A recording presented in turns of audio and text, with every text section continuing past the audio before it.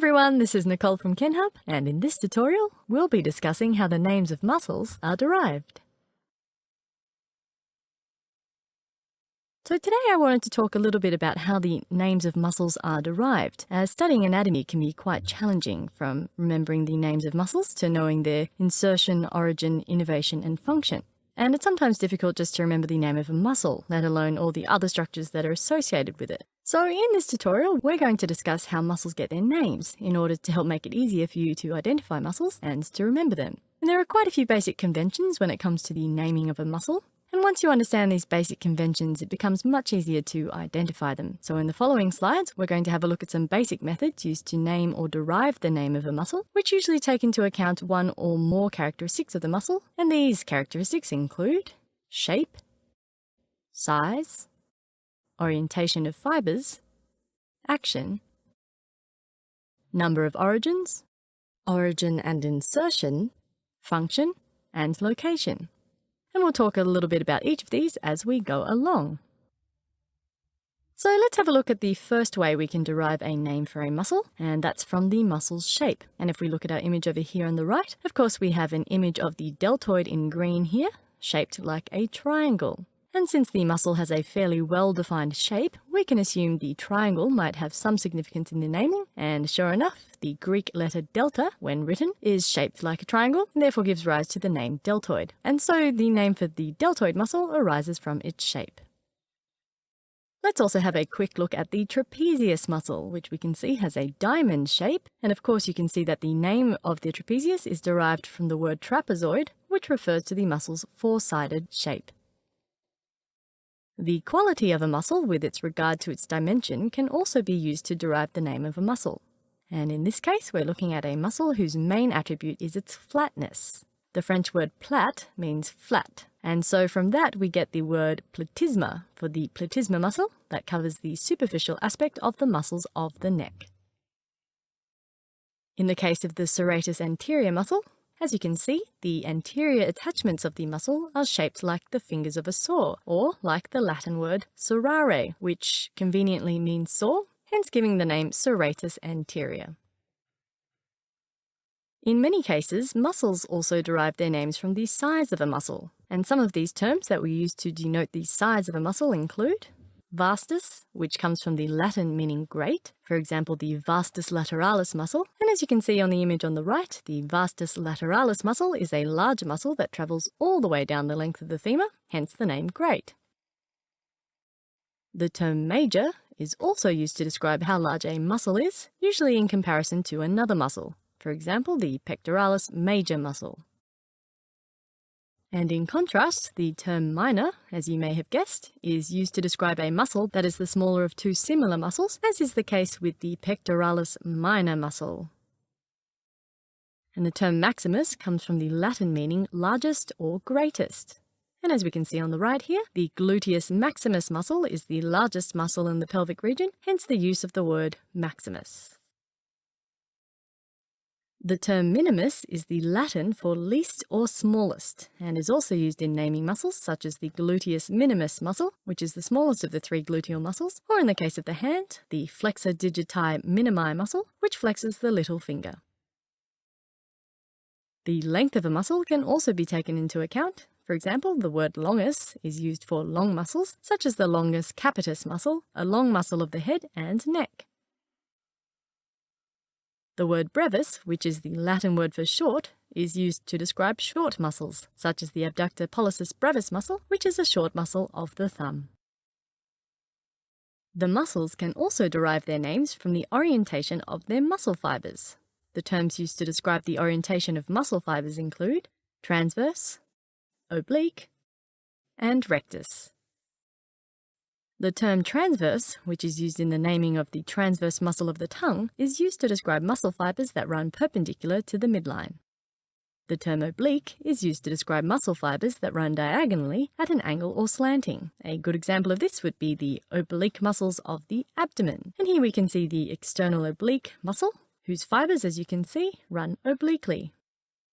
And finally, the term rectus describes muscle fibers that run parallel to the midline, such as in the case of the rectus abdominis muscle, which is seen here. And the word rectus in Latin means straight and can also be used to describe a muscle that runs straight. For example, the superior rectus muscle, which is one of the 4 rectus muscles that control the movement of the eye.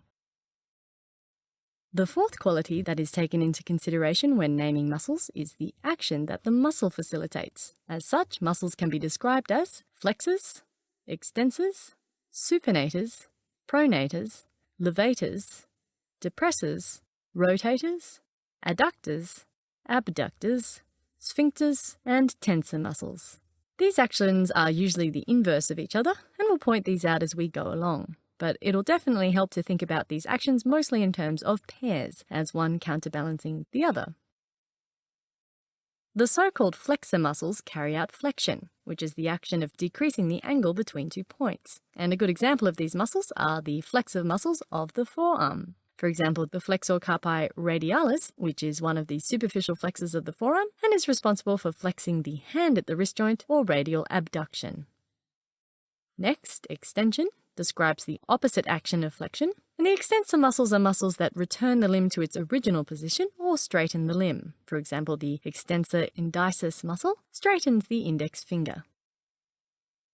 Supination describes the action of turning the limb so that the palm of the hand or the sole of the foot faces upward or outward. For example, when the supinator muscle of the forearm contracts, it rotates the forearm and hand so that the palm faces upwards. Pronation, on the other hand, describes the rotation of the limb so that the palm of the hand or the sole of the foot face downward and inward. For example, the aptly named pronator teres muscles carries out this very action. The term levator is used to describe muscles that perform a lifting action. For example, the levator anguli oris muscle lifts or elevates the angle of the mouth when we smile. The term depressor is used to describe a muscle that carries out the opposite action of levator muscles, which is depression or pulling downward. For example, when we make a sad face, the depressor anguli oris muscle is responsible for pulling the angles of the mouth downward. Rotators, as the name suggests, are muscles that facilitate the rotation of a limb or circular motion about a joint. For example, the muscles of the rotator cuff, which although individually do not have the word rotator in their names, are called the rotator cuff muscles simply because this is the action that they collectively carry out. An example of one of these muscles of the rotator cuff is the supraspinatus muscle, highlighted here in green, and the supraspinatus facilitates internal and external rotation of the humerus. Abductor muscles facilitate abduction, which is the movement of the limb or appendage away from the midline. The abductor pollicis brevis muscle, for example, abducts the thumb or facilitates the movement of the thumb away from the midline. Adductor muscles, on the other hand, facilitate movement towards the midline, as is the case with the adductor pollicis muscles, which adduct the thumb, as you can see in this image. The term sphincter is used for muscles that close an opening, for example, the pyloric sphincter muscle. Finally, tensors describe muscles that tighten or make something rigid, like the tensor fascia lata muscle, which sustains tension of the iliotibial tract. So now we're going to have a little bit of a look at some muscles which derive their names from the number of points of attachment at their site of origin. And a good example of these muscles are the biceps brachii muscle, which has 2 points of origin, the triceps brachii muscle, which has 3 points of origin, and the quadriceps femoris muscle, which has 4 points of origin. And I'm sure you can see a pattern forming here. The term bicep comes from the Latin meaning two-headed, the bi meaning two, and the sep coming from the word caput, which means head. Following the same logic, the three-headed muscle is aptly given the prefix tri, and the four-headed muscle quadri. In addition to being able to be named after the number of points of origin of a muscle, muscles can also be named according to their point of origin and insertion. And one such example is the sternohyoid muscle, which is a muscle of the neck region that has its origins on the dorsal surface of the manubrium of the sternum and the sternoclavicular joint, and inserts on the body of the hyoid bone. And of course, there are also some muscles that have been named according to their function. For example, the Latin word risus means laugh, and therefore the muscle of facial expression that is used when a person is laughing is called the risorius muscle, and this muscle is sometimes simply referred to as the laughing muscle. Finally, some muscles are named according to their location in the body. For example, the tibialis anterior muscle is located in front of the tibia. Some muscles also derive their names after their position or location in reference to a similar muscle, and in that case, the following terms would be used. Infra-inferior, meaning below or more caudally situated. Supra or superior, meaning above or more cranially situated. Medialis, medial, middle or medius, meaning in the middle or closer to the midline. Intermedius, meaning intermediate. And lateralis or lateral, meaning to the side or away from the midline.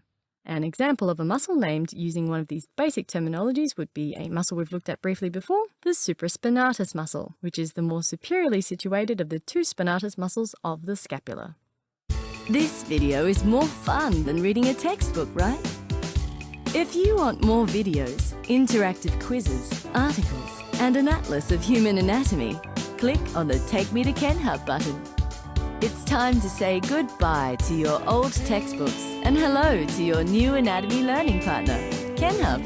See you there.